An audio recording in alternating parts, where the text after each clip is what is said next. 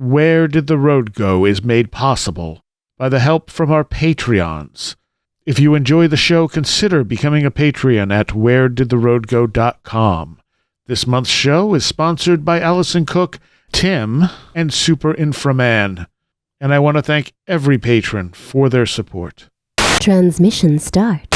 Welcome to Where Did the Road Go?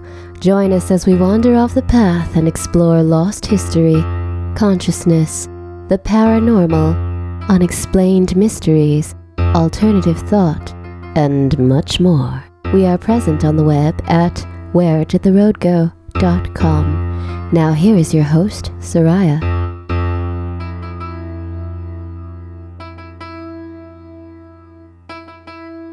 One quick note before starting this show. For the first time ever, I left on one of the boom mics in the studio, so I sound kind of hollow and tinny. It was either that or Walter sounded hollow and tinny. I decided Walter talked much more than I did, so better to have him sound clear and me sound tinny, so I apologize. I don't know why I missed it, but it is what it is, and I hope everyone can hear everything just fine. Part 2 with Walter will be coming in a couple of weeks, and that one I will make sure has much better sound quality, so here you go. Welcome to this edition of Where Did the Road Go? And tonight I finally have back with me Mr. Walter Bosley. Hey, Walter. Hey there, Seriah. I'm looking forward to this. It's been a while.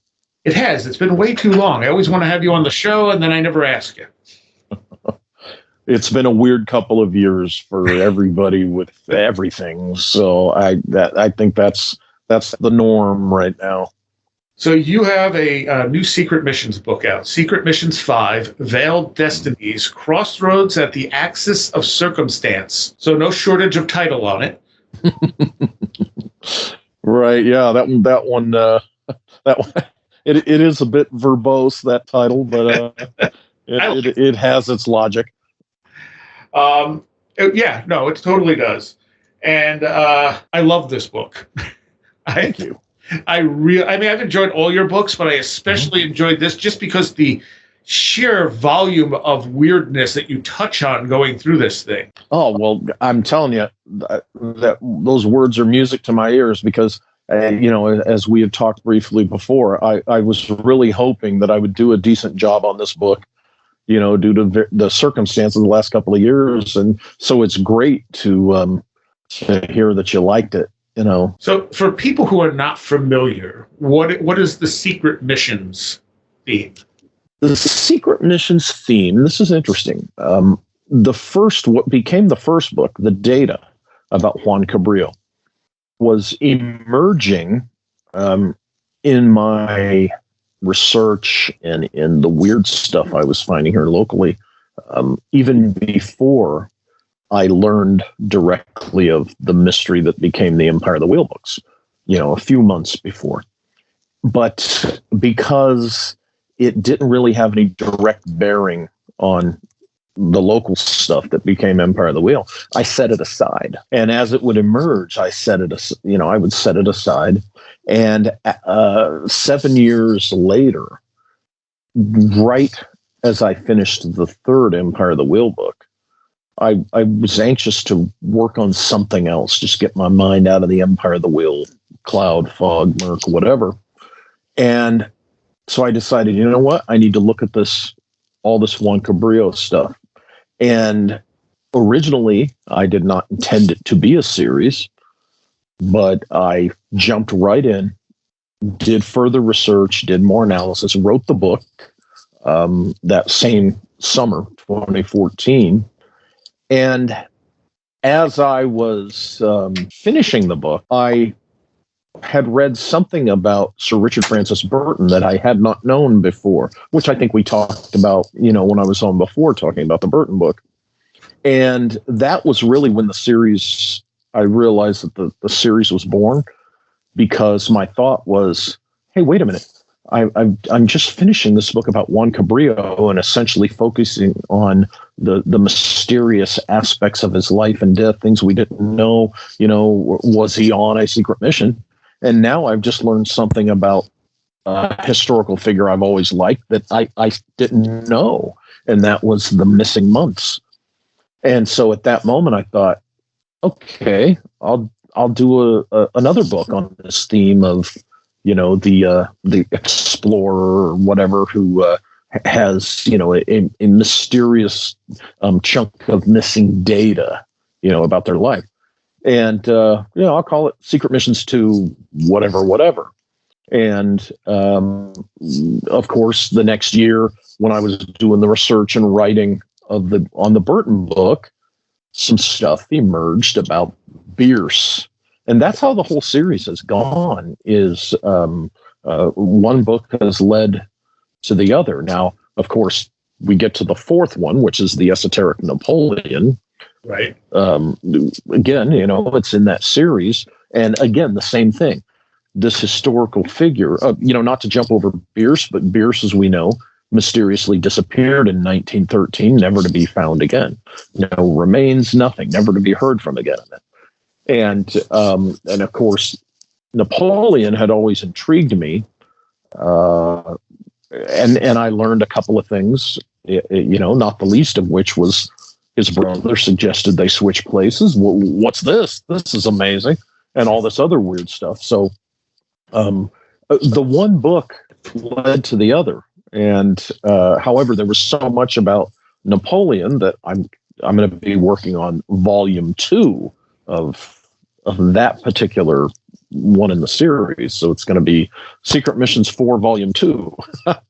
And with the fifth one, this new one that we're going to talk about that you just read, I wanted to take a step away from any one particular individual and go back and present material that I had not presented before, material that had popped up since writing the particular books. Like in Secret Missions 5, there's stuff in there regarding the Cabrillo situation, which had not popped up, which I didn't have when writing the book about Cabrillo, volume 1, and so forth, with Burton and Bierce and on. I'm kind of holding back on the Napoleon stuff in number 5, of course, because I'm going to be doing a second volume of Napoleon. But what I wanted to do with the fifth one was kind of show the chronological order of these figures historically, because the books are not written in the chronological order of these people's lives, right?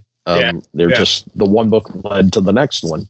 And what I wanted to do with Secret Missions 5, as I do in there, is lay out, okay, really, if you put these books in order historically, you want to read, you would read Cabrillo first, the first book first, and then you would read the Napoleon one, then Burton, then Bierce, right? And so I thought, okay, if I'm going to demonstrate that, I also want to kind of fill in gaps of the history between these individuals, which is another part of Secret Missions 5, a big part of it. And in the course of this book, I was suspecting I was going to do this, but it's looking like I probably am going to do one on Jan Petočky. That one's been just screaming at me to do for a while now, because he's such a mysterious figure. But he's, of course, discussed at greater length than I've ever discussed him in anything. In Secret Missions 5, he's discussed more. So that's really where, you talk about chock full of weirdness. That's the thing, is this whole Secret Missions milieu, as I call it. I think number 5 shows that history is just full of this weird stuff around these guys and around the world that they lived in. And what I mean by that specifically is, that age of exploration, the whole thing about being an explorer, the whole thing about being involved with, in Bierce's case, I think, with intelligence ops and weirdness as well, weirdness in general. So that's kind of, speaking of verbose, that's my way of kind of off the cuff describing what this is. Yeah, there's no simple way to describe what this is. Right. I think the first time I had you on was for the Carcosa book. And I think I just had to give a basic rundown of the previous ones, because I hadn't had you on before that. Ah, okay. And then I think we did another show on the Latitude 33. Yeah. And I just had you kind of go over that and also add in some of the general concepts. I don't think I had you on for the Burton book because I don't think I've read that one. I got to get that one to you. I will say that the Burton book, up to before I wrote Esoteric Napoleon, out of all the books I had written, the Burton book, the second book of this series, was my personal favorite as a scholar, as a writer, because I feel like, and don't get me wrong, I'm not shortchanging. I did a professional investigation on the Empire of the Wheel thing. That's in that regard, that's a separate animal. But as far as just being a scholar writer, definitely of the series, the Burton book I was most proud of, and I still am. That's a very solid piece of work. And of course, Napoleon, I'm very proud of because I did a darn good piece of work on that too. And I'll have to get you the Burton book. So is the next Napoleon book going to be your next book? Yes, I have promised everyone and myself that there will be no other Walter Bosley book projects other than the Napoleon book until the Napoleon book is done and ready to be released, because I've been promising that one. I was delayed for obvious reasons, and it allowed me to get Secret Missions 5 out. It allowed me to do the Ingersoll Lockwood thing with Todd Wood, and we just came out with the second volume of that. Now, what is that? Interesting. That's something that we're doing. The Lost Future series, the first book was The Mystery of Ingersoll Lockwood. The new one is The Curious Case of Margaretta Todd, who was an associate of Ingersoll Lockwood's, who died a grisly death. And there's some real interesting things about her life, not the least of which is she had an affair with Napoleon III while he was the President Emperor of France still, right before the Franco-Prussian War started. And her daughter was probably very likely the daughter of Napoleon III. So there we have a darned Bonaparte connection to, this particular series of books. And there it is connected in a way. It's going to have its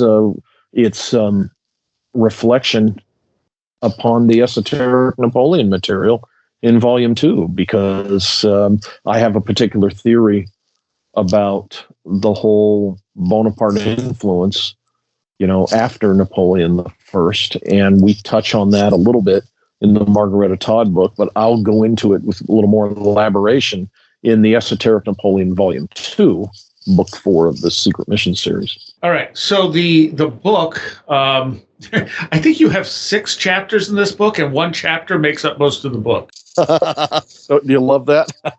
Yeah, I think or there's like, I think what it is 8 or 9 chapters, and chapter 7 is like 100 and something pages. Here's how that happened.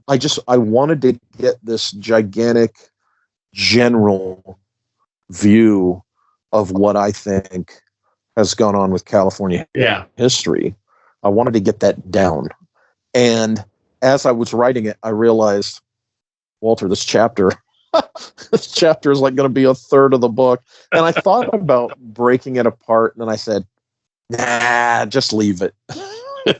just leave it gigantic. Because honestly, a lot of it too was I was writing this, as you know, I went through the cancer treatment in 2020, and for every day you're on chemo, my oncologist tell me it takes 2 days to recover.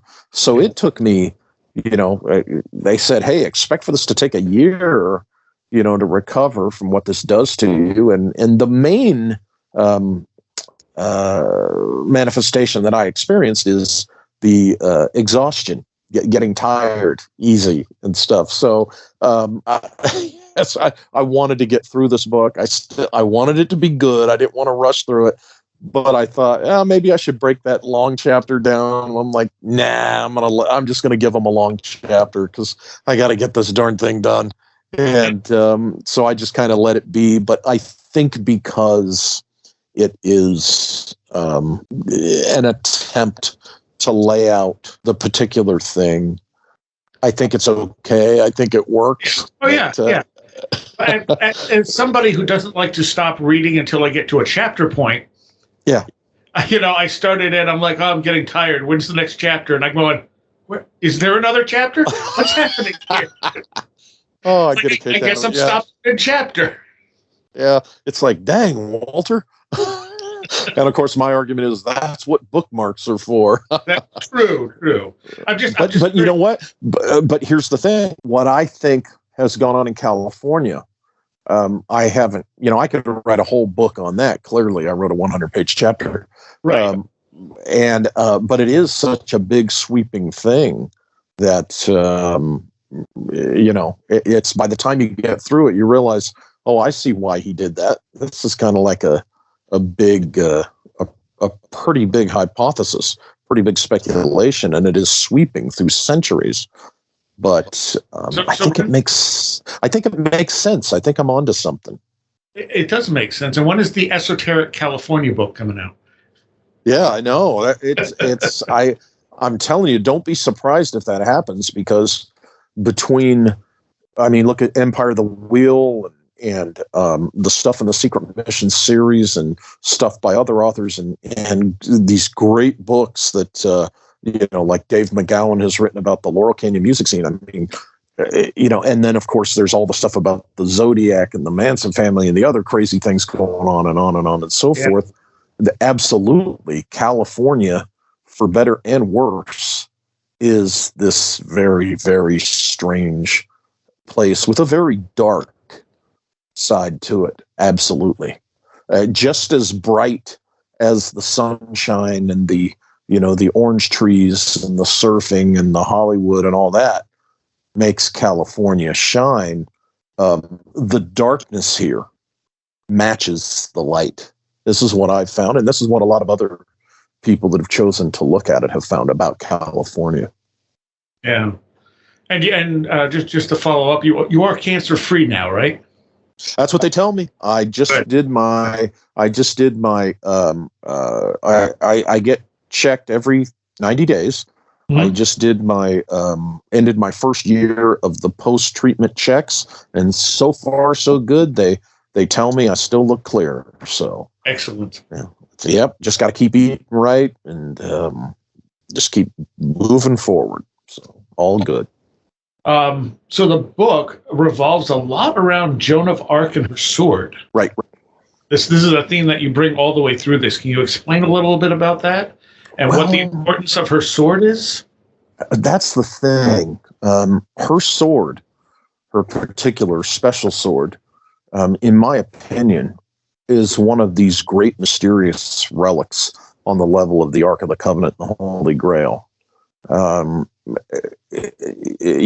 I write in the books, both Secret Missions 1 and in number 5, there was something and someone behind what this sword was and what it represented. Simply from, it was something that was in its forging. It was the knowledge of what it was simply ahead of its time, right? But then also something almost supernatural about it, metaphysical about it, very possibly, certainly. And this surprised the heck out of me when I did the research on the first book, and then again when I revisited it for the 5th book, was how obsessed with the sword that the court that put her on trial before executing her, how obsessed with the sword they were. When you read the transcripts, it blew my mind to learn years ago when I was doing the first book how the transcripts of Joan of Arc's trial are still out there. You can read her trial, what went on there. And you see, as I state in the books, that they were just obsessed with it. Now, also, as I say in the books, the people that were really pushing this trial and her to be executed were our good old friends, the British Empire, the English, and they were the ones really pushing. They wanted to know what she did with that sword. And to me, the fact that it completely disappeared, it left it wide open for what the heck is going on here. Did it have some known historical value that has not emerged overtly in the history, that the life of Joan of Arc? Is this something that the English knew and suspected? Did they, as I ask in the book, suspect that this was get this, Excaliber? You've read the book. Or was Excaliber a sword of a type, and this sword was that type of sword? The fact that the sword disappeared is what really just leaves a big fat mystery, with all this. And then of course there's all the stuff that I wrote about and found out and experienced relative to Saint Catherine of Alexandria, who was actually Hecate, and the fact that Joan claimed she was being guided by three entities, three saints, the primary one being Saint Catherine of Alexandria, who is Hecate. Right. So when you throw Hecate in the mix and all that goes with that in connection to the sword, you just have to wonder what was going on with this sword, what happened to it, where is it now? And it was just an incredibly fruitful thread for me to pull and pursue. It didn't surprise me that it turned out to be such an integral part of Secret Missions 5, because there were questions left unanswered from the first book. There was new data that popped up, and so I had to I had to go there and present that and hypothesize a little bit further and try and answer the question. And you say in the book that St. Catherine didn't actually exist. Right. And the Catholic Church has, they admit that. It's in, I think it's the New Catholic Encyclopedia or such, one of those sources that Rick and I went to in Empire of the Wheel 1. And they admit that St. Catherine of Alexandria, also known as St. Catherine of the Wheel, how much more obvious can you get with that, never existed. The saint was created out of whole cloth, and the biography of Hypatia of Alexandria, who certainly did indeed exist, to give a syncretic veneer over Hecate, because they knew they weren't going to stop these non-Christians, these pagans, so to speak, from worshiping Hecate, venerating Hecate. So they did their usual thing, which is interesting. It's the same thing that Caribbean voodoo did, right, with Santeria and I think in Palomayambe, by hiding their voodoo gods and entities under a Catholic veneer. That wasn't the church doing that. That was the voodoo practitioner saying, this is how we can stay out of trouble with these crazy church priests. So interesting. There's that element of the whole Joan of Arc sword thing going on too. And you've had personal experiences with Hecate. Yes, I have. And that drives this whole story a little bit. Like why you're researching this is connected to that, isn't it? Yeah, it certainly drove absolutely the Empire of the Wheel investigation and research. And as I told you, the Cabrillo stuff, the Juan Cabrillo stuff was popping up and emerging, and some of that was Hecate related. The fact that he, was connected to Catalina Island, and some people think he might have been buried there. He certainly died there. And Catalina Island is named for Catherine of Alexandria, also known as Hecate, and on and so forth. So, yeah, Hecate was behind the Empire of the Wheel stuff, or not behind it, but the serious thread running through it, while at the same time being the serious thread running through the Juan Cabrillo and Joan of Arc mysteries.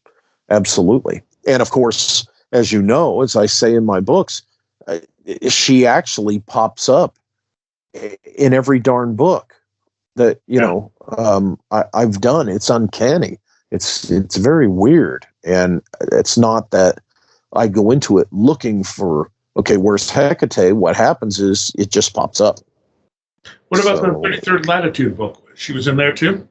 Well, if you go there and look at the book again and look at the details there, there are symbols and trappings and things directly associated with Hecate that run throughout that book. Okay. So, yeah, she's in there too. She's in all of them. Empire of the Wheel, Disneyland, my Shimmering Light book, Origin, the one about the breakaway symbol. I mean, it's just weird how pervasive, she is in all of this stuff that I happen to have, pulled the threads on and written about. One of the things you talk about in here is the possibility of Marco Polo actually having reached America. And you want to, and that comes down to him not having written everything down. Yeah, and some of the maps that allegedly, continued on into the family, and it's something that multiple scholars have suspected, and the sources I mentioned in there have pretty much stated they believe that he did. It's still very arguable, but it's compelling, and when you look closely, people assumed all that stuff where they assumed he was talking only about Japan. He certainly was talking about Japan in some of his travels, but the argument for him having reached North America is very compelling when you look closely at it.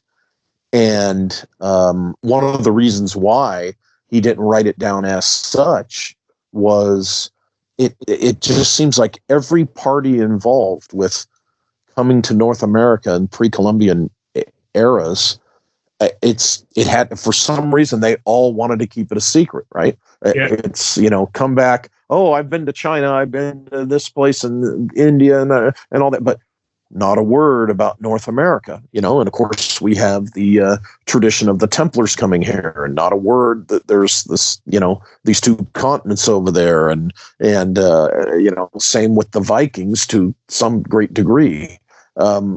This is, the Americas have always been this secret that these people have wanted to keep. Now, right off the bat, you could argue that it had to do with resources, right? Sure. A lot of these travelers and explorers were very well versed in the travels and accounts of the ancient world, and they would have been very familiar with the whole thing about Solomon's mines and the Phoenicians and their copper mining and such. So from the get-go, it might have been because of that, where it's like, hey, if you find the Americas, don't tell anybody you found it, because you kind of would want it to be a go-to spot for resources that you don't want anyone else to know about. Yeah. That's on the material level and motive for keeping it a secret. Then comes the weird stuff, that might have been a motive to keep it secret. But it is interesting how, the Americas seem to be kept a secret, whereas other parts of the world, when they would find them, when they'd reach them, they would announce that to everybody who would listen. Right.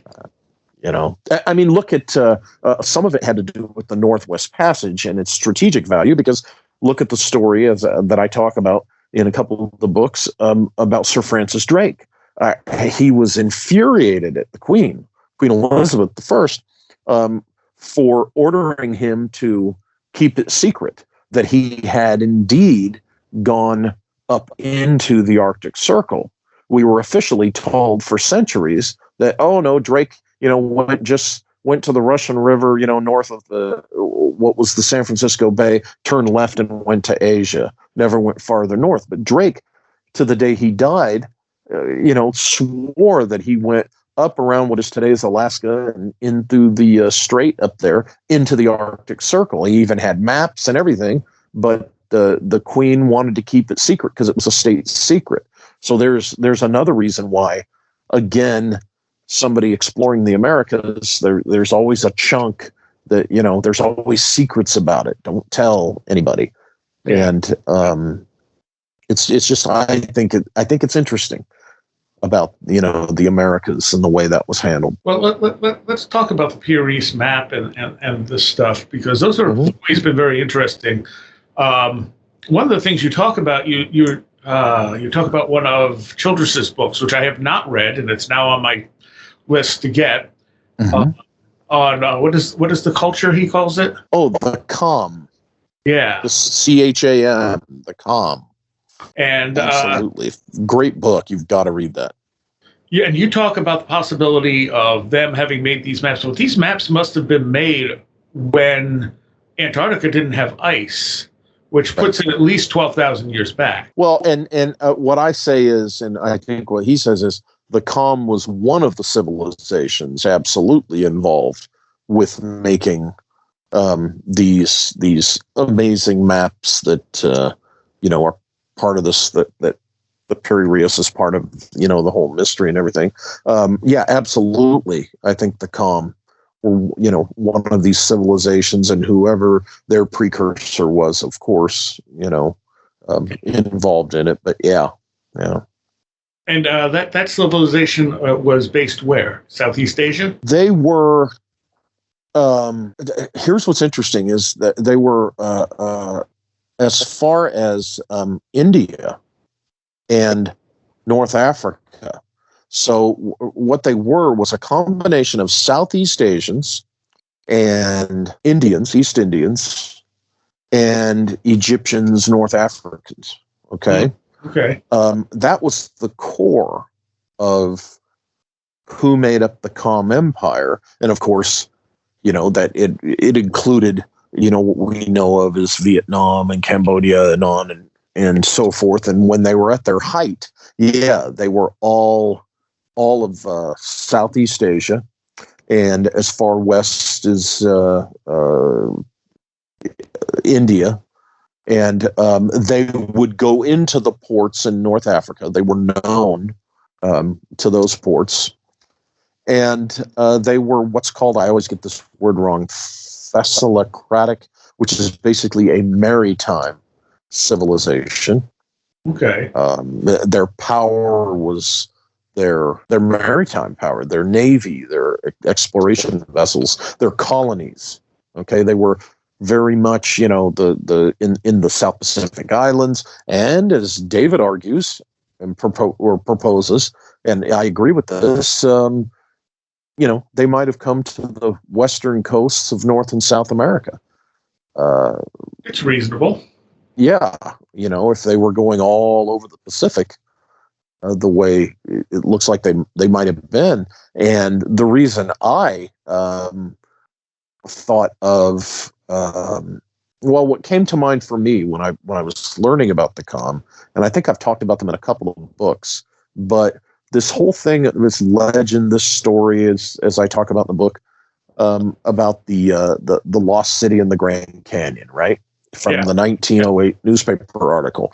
When you get in there and read the article, the way it describes what they saw, the alleged witnesses, this Professor Jordan saw, was, if you look at the description, he's not saying it was specifically Egyptian. It was like kind of Egyptian, kind of something else. Well, as David points out in his research on the Cham Empire, and as I learned as I was, further as I was looking into this, that kind of Egyptian, kind of not, and the greater detail and what appears to have been a Shiva type figure in there, and they're describing what would have been the Cham Empire more than just a pure Egyptian city. So when you think about it, as I propose in my book, and David certainly talks about in his, If the Cham did reach North America, well, there you go. They certainly could have explored as far inland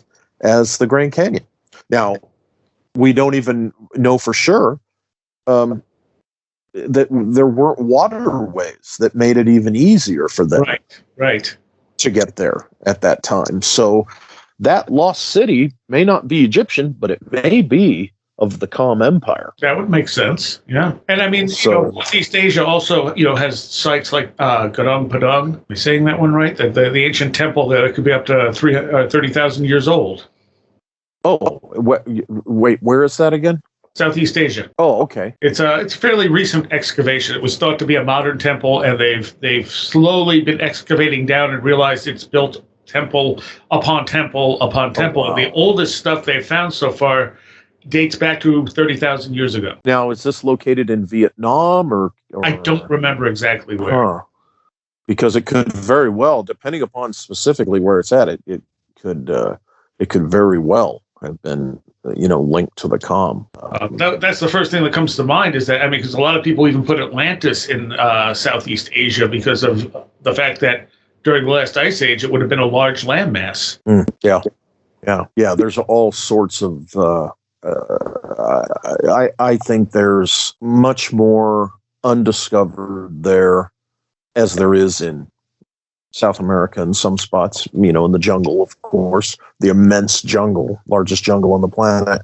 But in Southeast Asia, I think there's much more undiscovered yet than that has been discovered so far because of that, because of exactly what you mentioned was the way the ice ages came and went and the water. I mean, they're still discovering, underwater things they didn't know were there off of Africa.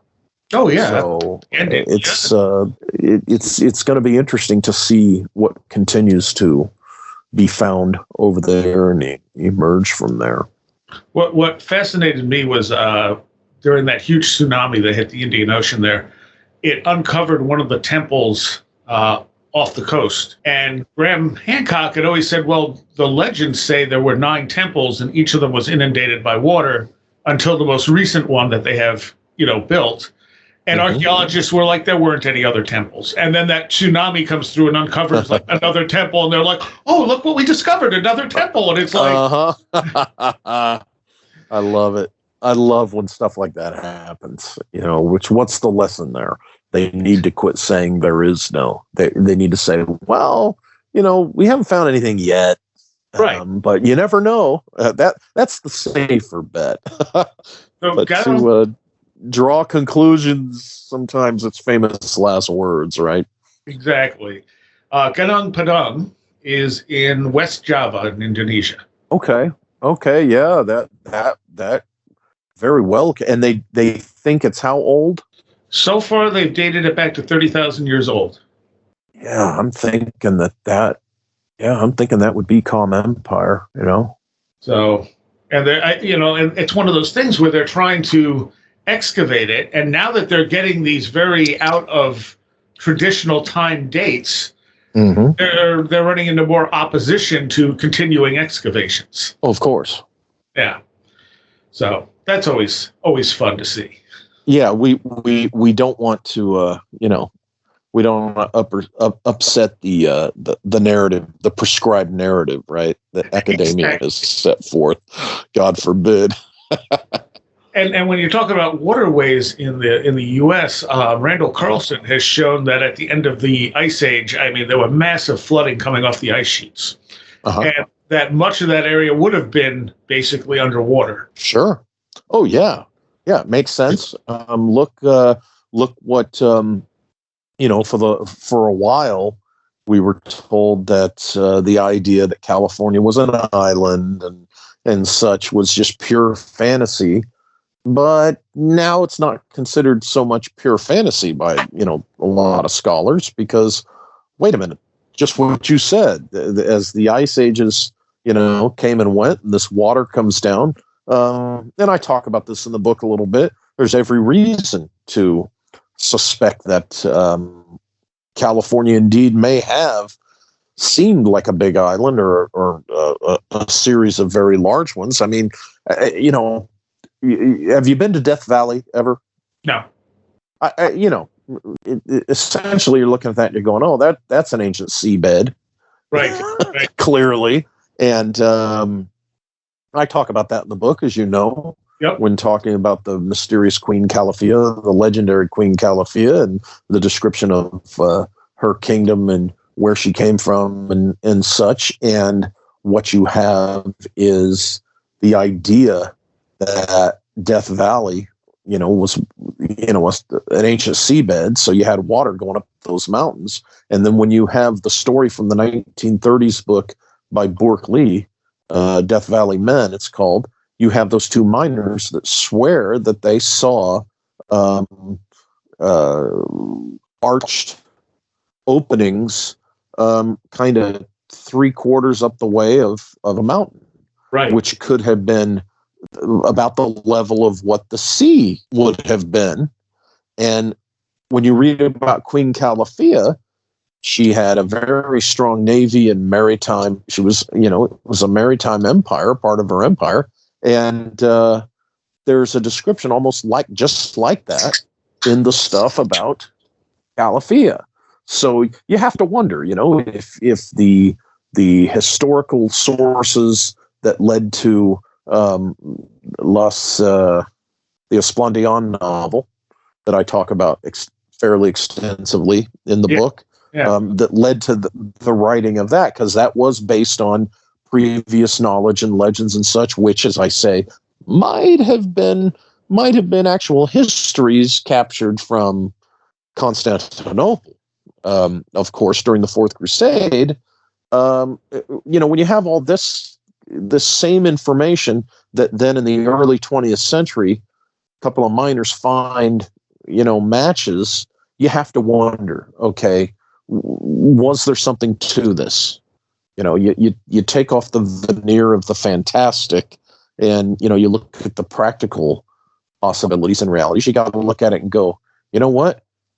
Maybe there was this civilization that for a while occupied what we call California in ancient times. Yeah. And I mean, there are it's very possible there was water, large waterways all through that area until fairly recent.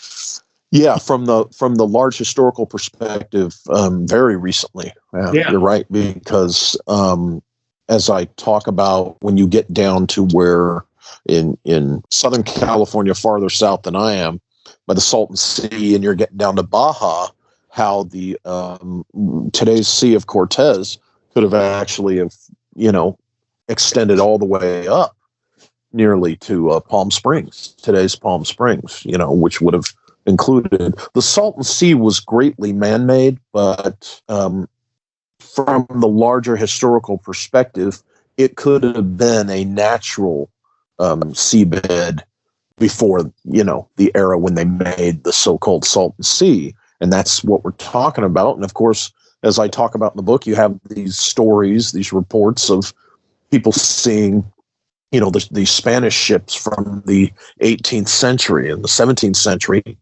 sighted in places that most people have been taught there weren't any waterways there. Well, you look closely at this and you're thinking, there had to be. There had to be.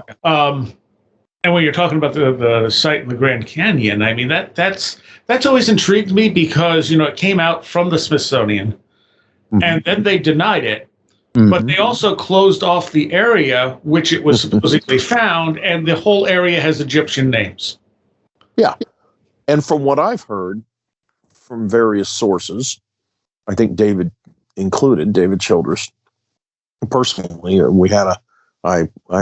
we talked about this one day when a few years back I was looking at this, for something I was doing.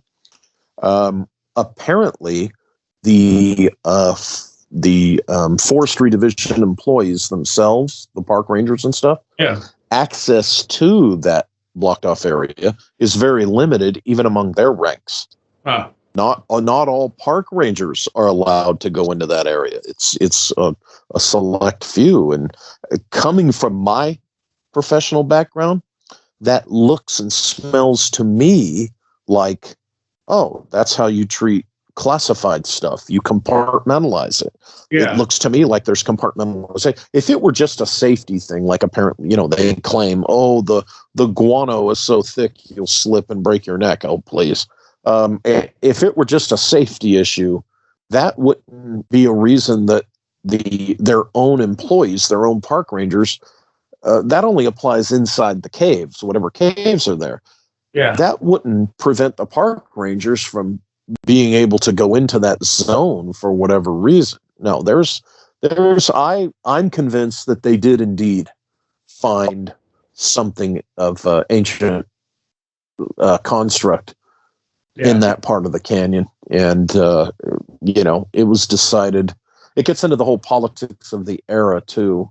The Smithsonian, the officials there decided to go with a particular narrative, and that, of course, didn't fit the narrative. And they decided to deny the initial story and then suppress it and act like, what are you talking about? What are you talking about after that? So yeah. And you get the same thing with giants, like they seem to have had a preset narrative that didn't include giants. So, and I remember someone saying that it might have been Micah Hanks saying that you can actually find the listings for the giants in the Smithsonian catalog, but they will not retrieve them for you, and they may not even still exist. Well, there is that story out there that at one point, I can't remember when it was, if it was sometime in the 20th century, is my understanding. They put a bunch of stuff on a barge, took it out. I don't know if it's in the Chesapeake Bay or actually out. They went farther, went out to the sea, to the Atlantic, and dumped it. Really?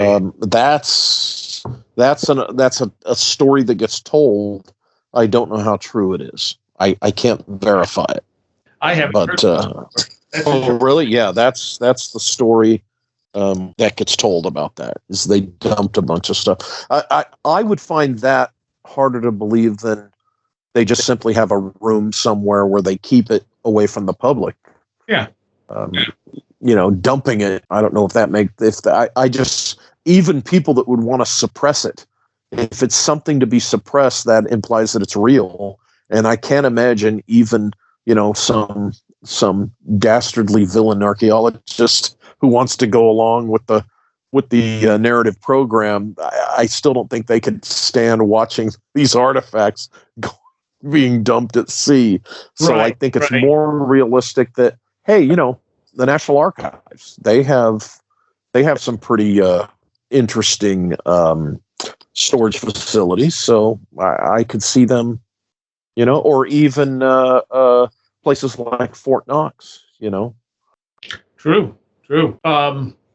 It's the other thing I just want to follow that with. Oh, yeah, we were talking about, I mentioned Graham Hancock, and you had mentioned a piece Colavito wrote, kind of shooting him down on stuff. What are your thoughts on Graham's ideas? I haven't read all his books.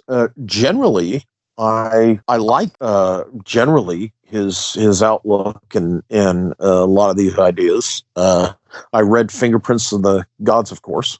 Right. That's a classic one. Sign in the Seal, which really is the one that started it for him.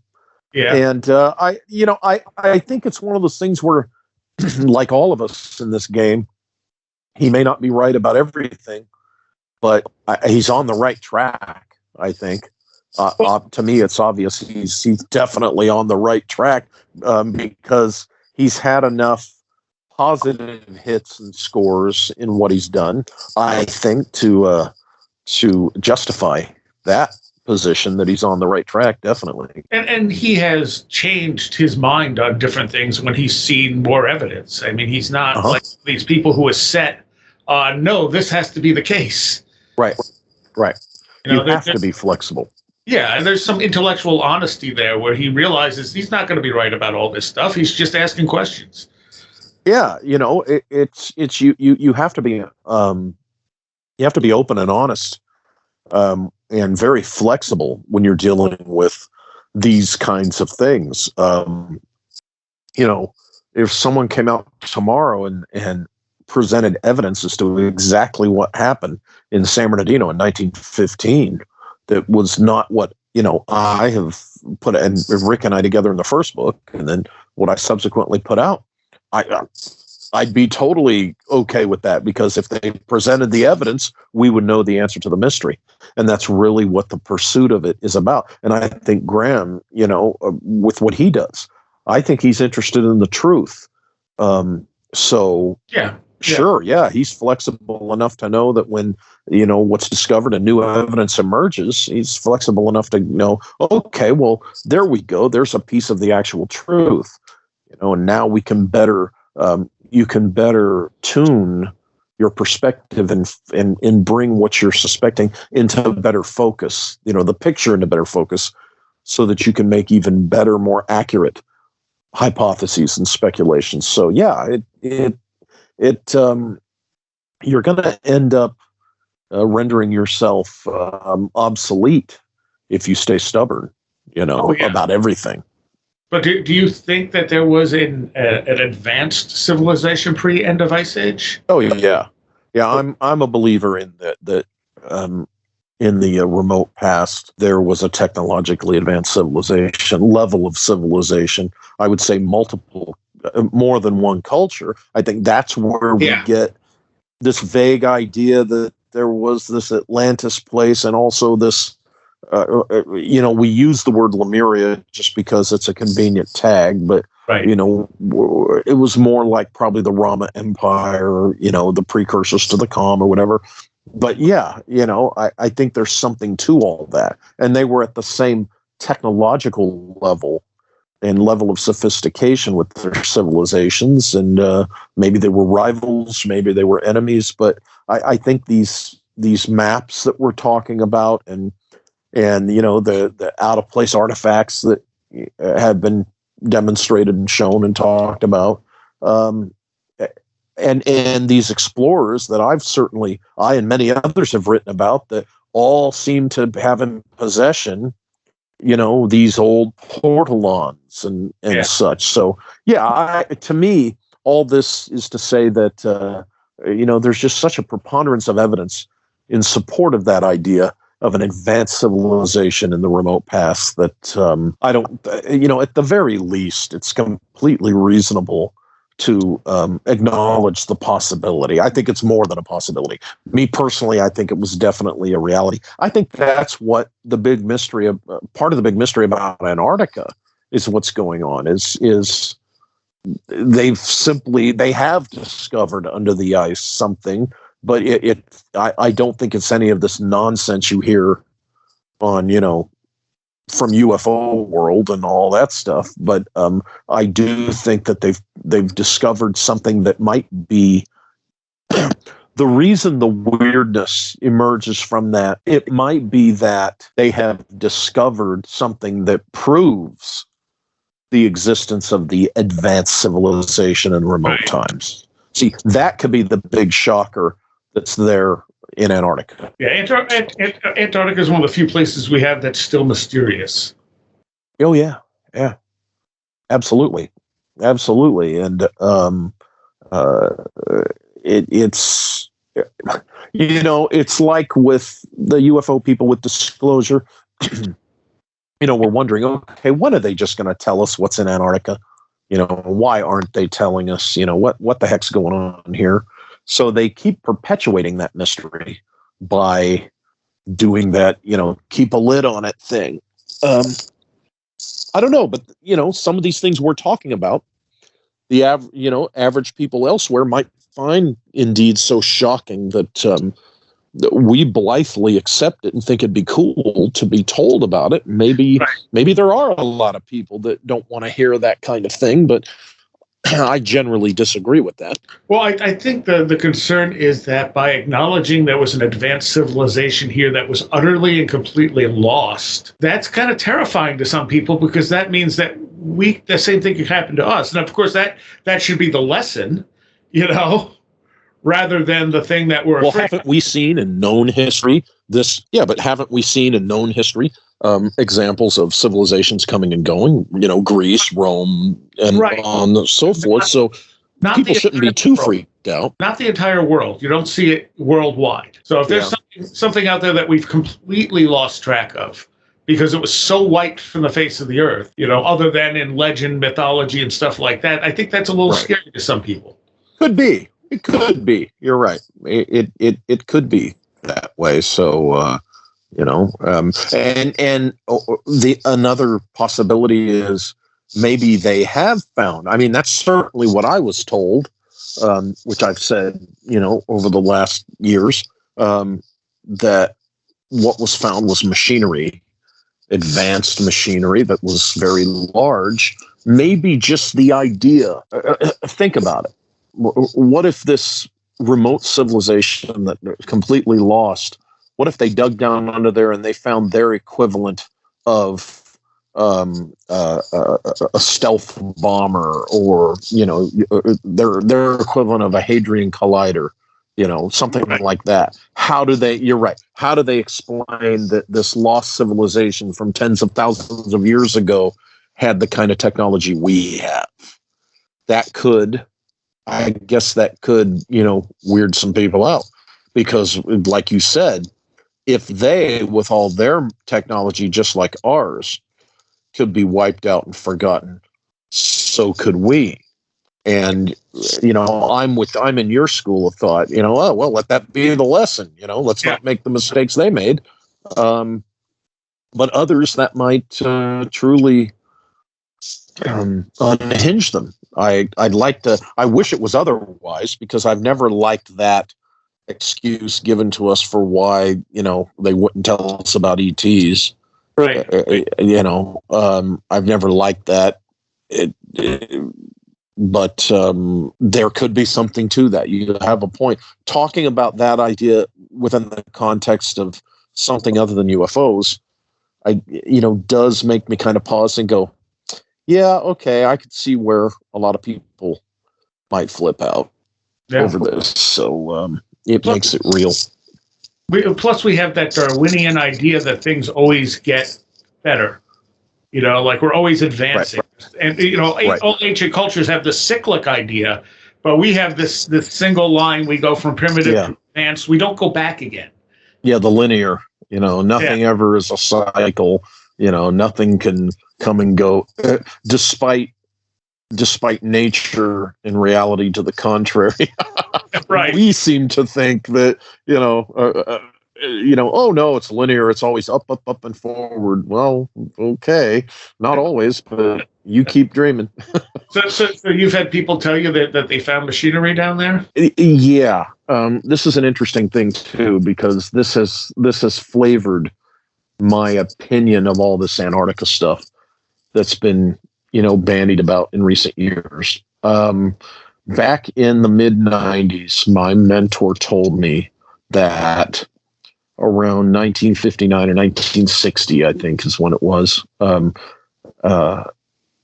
an expedition or whatever, the people that are officials that are down there in the South Pole, they excavated a giant hole, and down in that hole, they found huge and very old machinery, and it allegedly scared them to death, because they were like, where in the hell did this come from? Okay. Right. And so I'm told this in the mid-90s. I'm told this in a private conversation. And, by the mid-90s, I'm in the Air Force and blah, blah, blah. And the things he and I talk about, it was understood. I wasn't supposed to repeat them or whatever. So, and this came up partially because of another friend who had passed away a few years before, who, according to my mentor, had gone down there and encountered what was there. So I'm told this in the mid-90s. I don't say anything about it. And then years pass, and we start hearing these stories in, UFO world about, hey, they found this big hole and there's this, either a flying saucer or the civilization. And I immediately realize this really sounds like what I was told. Right. And the more this gets bandied about, I'm hearing about it, I begin to think, I'm like, I wonder if the story I was told was BS, and that this is a story that they tell people to see if they're going to run their mouth when they're not supposed to. Ah, okay.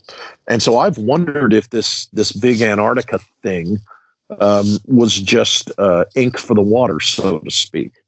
It's like, I'm vetting this guy. Okay, tell him the Antarctica story. Okay, and then naturally in UFO world, they're going to run their mouths. Oh, and of course they're going to embellish it with the lies and everything, because that's what the audience wants to hear. So, personally, I do think there's something there. I do think there's something there because there's a continent under that ice. Okay. Yeah. And there's no reason to think that there wasn't, some civilization on there a long time ago. So while I do think there's something there, I think some of the wilder things are exaggerations and fabrications. Mm-hmm. But I'm still curious. I would still love to, even if it's just a bunch of old stone columns and a couple of temples, I'd love to see it. Well, I want to know who they were. And again, if that's there, that means it was pre 12,000 years ago, because that was the last time, at least lesser Antarctica was ice free. Yeah. So to go back and finish what I was trying to say about what I was told is, I never saw evidence for what I was told. And then I began to think, okay, maybe he was, again, I have no reason to think that this was necessarily true as it was told to me. I find it interesting that, I heard the same story 25 years ago, and now people are bandying about like, oh, this just happened. Well, guys, I heard the same story, but I was told it happened, 30 years before I was told about it. So it sounds to me like this Antarctica mystery story thing has been going around for decades. Yeah. And you got to wonder, what is the nugget of truth there? I'm thinking there's got to be. And I think what you were saying is whoever was there over 12,000 years ago is what they found, I think. Yeah. And of course, you get the whole Nazi base stories that come out of there. Yeah, and I think we know that when you looked at the practical application and what would be required to do that it wouldn't. I mean, a submarine pen, sure, yeah. Absolutely. That would have made sense during that war. But this flying saucer base, super hidden thing, it's like, no, there's just no way. Now, I do find it interesting that there is that area, for lack of a better explanation, that hole in the atmosphere, so to speak, whatever it is, or the hole in the Van Allen belt that would allow you to launch from the South Pole and avoid the Van Allen belt contamination entirely. That's interesting to me. I did not know that, actually. Yeah, so I don't know. Maybe they did find something that had to do with. Look, I'm also personally an advocate of the idea, certainly the hypothesis, that a whole bunch of us are the descendants of people who came from another planet, human beings who came from another planet a long time ago. Maybe that's where they arrived. Maybe that's where they landed, and that's what has been found. Do you think it's a planet far out there, or something like Mars pre-cataclysm? Could have been Mars pre-cataclysm. And particularly when you look at the research of John Brandenburg, and there's other, legitimate scientists who back up what he's talking about, finding that isotope that could have only been produced artificially through an artificial explosion, Right. You got to ask yourself, hey, are some of us the descendants of the humans that lived there, and then the survivors of that came here, and was their landing spot Antarctica, and is that what's found down there? Is that what the big deal is down there? Who knows? I think definitely there's going to be some type of ruins down there. Definitely. But there could also be something a little more extraordinary, like the advanced technological civilization, the ruins of that civilization, or, you know, something that came here from somewhere else. It is possible. I also feel like if there was an advanced civilization before us, it doesn't mean they followed the same scientific line of technology. That's right. That's right. They could have followed a different physics. I mean, considering the size of blocks that they seem to have no trouble moving around, they knew something. Yeah. Yeah. The whole megalithic thing. You know, that right there is one that I don't think can be explained away easily, even though academia and the science world tries to. They try their best, but no, you bring up something there. These megalithic structures all over the world. Not just in certain spots or in one or two spots. That right there is speaking to a technology that, according to the traditional linear history perspective, like you were mentioning before, that's unexplainable, because there is no way they would have been able to do that with those massive boulders. The wall at Saskatchewan, the Baalbek. I think there's stuff on, is it Malta? There's just all over the stuff world. From Malta, yeah. Yeah. The Hypatia and stuff in Malta has some very weird sound qualities to it that we don't totally understand. Oh, right. And if you recall in Secret Missions 4, Esoteric Napoleon, there's evidence that what Napoleon would eventually learn about the Great Pyramid came onto his radar, and he suspected, because he had visited very possibly had visited the Hypogeum. Yeah. Which would have been shown to him by people who knew it was there before, I think, because I think it wasn't publicly revealed until after Napoleon's time. But as I lay out in the book, there's no reason to think that, the Knights of Malta didn't know it was there. Right. I mean, because they had archaeologists and such among them that, would have likely known about this. So, and that's another place that would have been exceptionally bigger during the last ice age. Oh yeah, and the Mediterranean Sea may not have been there during the last ice age. I don't remember for sure. Right, those the Mediterranean islands were likely, obviously the mountaintops of another land that's under that water there. Yeah. Before, as they say, the natural wall that would have been there at Gibraltar, before it broke through and the Mediterranean was filled. That's one theory, but it's the megaliths are hard to explain away. Yes, very. You talk in here about one of the things that might have been in North America would have been the potential of Templars putting vaults here to secure away different stuff like Joan of Arc's sword. And you mentioned Oak Island being possibly one of those places. Yeah, because as I think, I go into this in the first book specifically about the oak trees. The oak trees are not natural there. They were transplanted. They were brought and cultivated, and that goes along with, at that time, what the English and what the cultures around England and Scotland and in the Isles there would do to claim a territory. They would either plant a garden or a tree or whatever, and they'd say, okay, this is our territory now, and there we have these oak trees planted and cultivated in such abundance that it becomes called Oak Island. You know, and the irony is that I don't think the famous place there on Oak Island.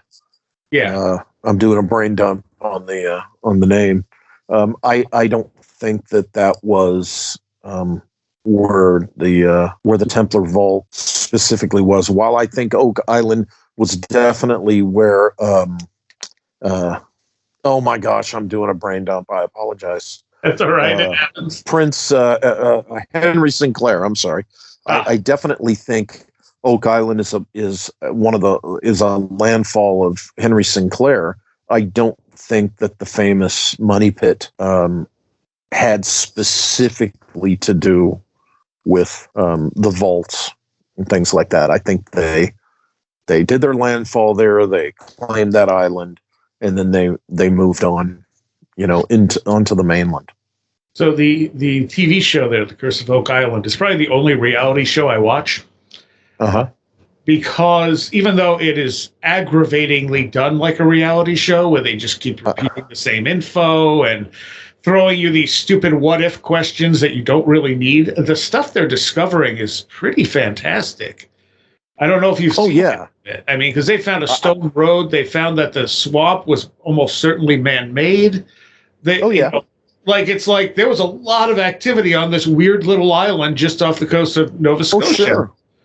Sure. And some of it probably does date back to when Sinclair was there and Templars being there and stuff.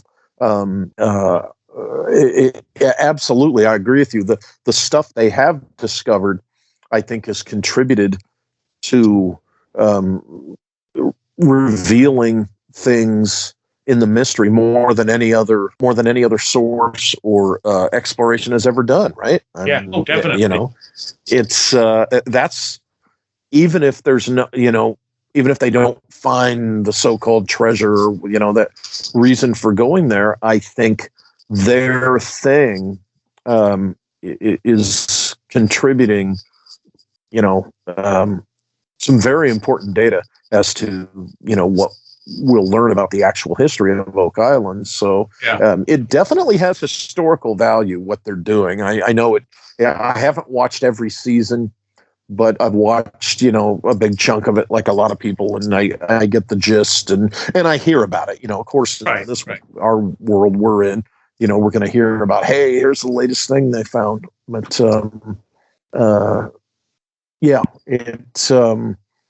it's part of definitely the milieu that I look at. I just think the irony is that the Money Pit may not be what a lot of people think it is. Yes, yeah. And it's interesting because at some point they had a relative, one of the people who had found the pit, and they said they actually pulled up the treasure. Oh, that's right. It's like, well, that's interesting. So there's nothing there anymore then. I mean, but then they... Right. One of the things they are speculating about is the idea of a Templar vault of some sort being on the island because they found evidence of Templars being there. Right.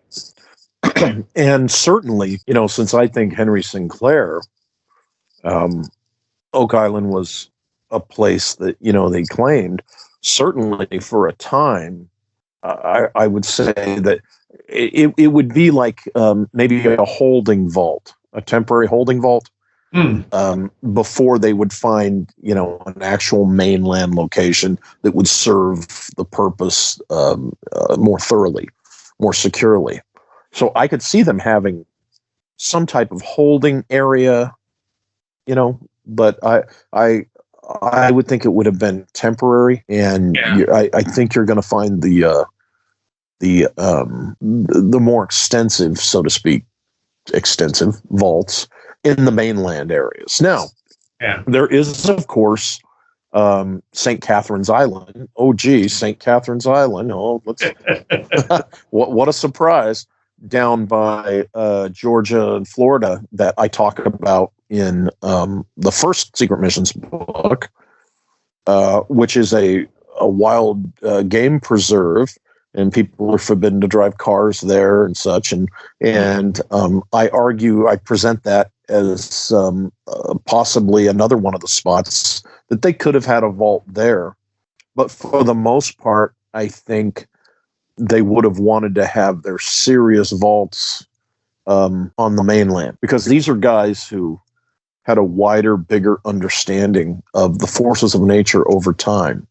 And they would see the difficulties of having something like that on an island for very long. Yeah. there might be something there. I mean, all that I'm interested in the history. I'm interested in the what don't we know that went on here. Obviously, there's putting all this money into it, so they'd like to make money by finding treasure. But that to me, that's the least interesting thing about it. Sure. Yeah. Yeah. It's the history of who was actually there, who built this weird thing. You know, what the heck's going on here? How did this treasure story actually start? You know, what's going on with that? But, you know, at the same time that I say that, you know, in the new book, as you know, I argue that for a time, it's very possible that Joan of Arc's sword, along with whatever else, might have been vaulted on the Midway Islands. Right. You know, for a time, until it made it to wherever it is now. You know, I could be wrong. You know, the Templars could have indeed had a real serious vault right there in the money pit at one time. You know, so we'll have to see if anything emerges in our lifetime to reveal that or determine that. Well, with the rate they're going, it might. I mean, they've certainly gotten farther than anyone else has. Oh, sure, and that's the thing. That's the thing about with what they're doing, what the brothers are doing. That you know, is substantial. So, like I said, I wish it wasn't structured like your typical reality show. Right. It's aggravating, right? Yeah. Like, and of course, they want to stretch it out as long as possible. So, you know, and every time someone finds something, it's like, oh, what's that? Boom. And it goes to commercial. It's like, really? Come on. Yeah, guys, quit driving us nuts. But that works. You know, that just lures them in, so to speak. And what other than Joan of Arc's sword, what type of stuff do you think the Templars were, you know, holding on to? Well, I would say things that might have been seized during the Fourth Crusade in Constantinople, that very possibly originated at the Library of Alexandria before that. You know, something like that. You know, and I would say that not just some scrolls, but maybe objects. Say, for instance, you're familiar with the, I might be saying this wrong, the Antikythera device? Antikythera mechanism, yeah. Yeah, the Antikythera mechanism. And this is a speculation. Maybe there's a working one of those, whatever that actually was, in one of these Templar vaults, you know, and of course that would be the smoking gun evidence, and if particularly if it was like 10,000 years old, that kind of thing, right? The pre-Ice Age thing we're talking about, you know, any relic of this lost advanced civilization, I can see that being the kind of thing that they would have vaulted away. And the thing about the Antikythera mechanism is they've built replicas of it so they could see what it was and how it works. And they're utterly astonished about how accurate it is as a calendar and, you know, basically a clock, but for everything. And it has little nuances that we didn't put into stuff until like the late 1800s or early 1900s. Yeah. And this was not something that just appeared. Like, someone didn't just make the Antikythera mechanism, which means there were probably others, and there were probably obviously precursors building up to something of that level. Yet this is the only one we've ever found. So what else are we missing? Exactly. And maybe if these fishermen found this, you know, in the Mediterranean, who's to say there wasn't a pristine working one at Constantinople, right? That during the Fourth Crusade, they got their hands on through their, because, you know, the Templars did this, some people say a clever thing. They provided the material resources like ships and things like that, but they didn't themselves actually. It was similar to when the church destroyed the Cathars. So they did not participate in that slaughter at all. Right. But nor did they provide resources for that genocide. But for the Fourth Crusade, when they hit Constantinople, the Templars themselves didn't go to Constantinople and participate, but it was their ships and their resources and stuff that they contributed. Yeah. As well as the bankers, who were behind the whole thing, the munitions.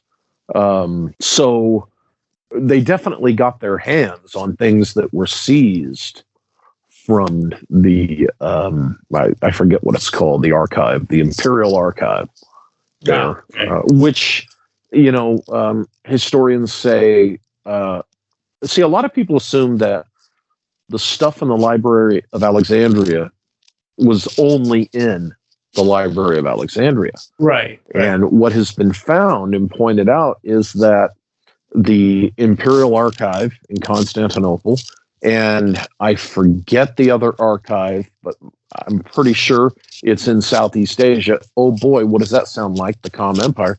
But there were two other archives like this, like Library of Alexandria, that were contemporary to the library. Okay. And they would have had much, if not all, much of the same information and the same kind of objects. Okay. Right. So, yeah, what we lost when those idiots sacked the Library of Alexandria, that's just a travesty. It's ridiculous. But we didn't really lose everything that was in the Library of Alexandria because these other two archives had some of it. I don't know to what degree, I can't remember to what percentage or degree it was. It certainly wasn't everything. Library of Alexandria was a huge loss and left a big dark spot in, remote history. But there was enough in Constantinople that they that was part of the reason they sacked it, was to get their hands on that stuff. And I think there was even stuff that surprised them, because the argument's been made that that's what led to the Renaissance, to the developments that led to the Renaissance and then led to, our modern Europe and then the modern West, was because, oh, wow, look at this, oh, look at that. And, oh, there are these two continents. If you keep going in that direction, golly. And this is where guys got tin and gold and whatever else, And so let's keep this to ourselves, and we can benefit from it. And there we come back to the whole notion of how the Americas were kept secret more than any other geographical place. Right.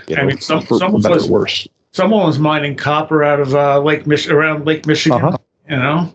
Oh yeah. Yeah. Yes, right. Indeed.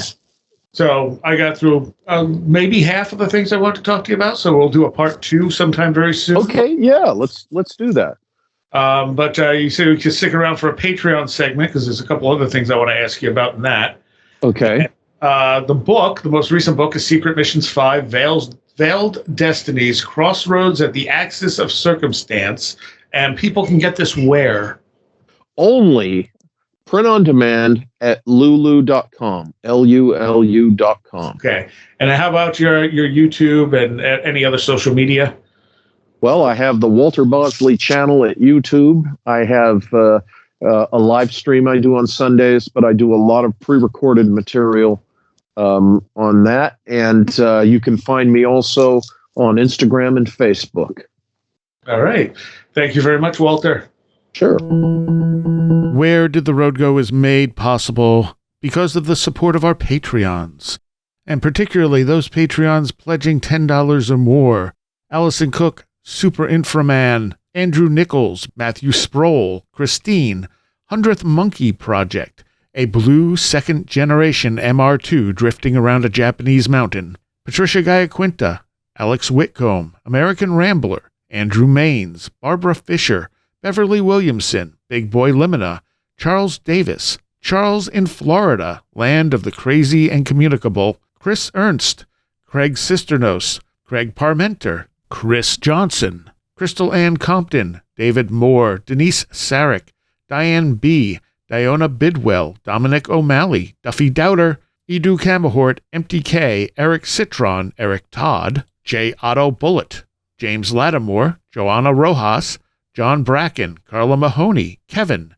Schreck, Kristen L., Linz Jackson K., Luke Osborne, Mark Bowley, Mark Brady, Matt in Delaware, Patricia W., Paul Jeffries, Ray Benedetto, Riker and Stark, Roger Gonzalez, Sam Sharon, Stone Wilderness, Tactical Therapist, Taylor Bell, Thunderboy, Tyler Glimstead, Vincent Trewell, Walker, Will Grebhart, Will Powell, Ren Collier, Martinez Saint, and Stephen D. Also, an extra special thanks to Vincent Trewell for doing our recaps for every show. And thank you all so very much. Again, I have to apologize for the audio quality on that one.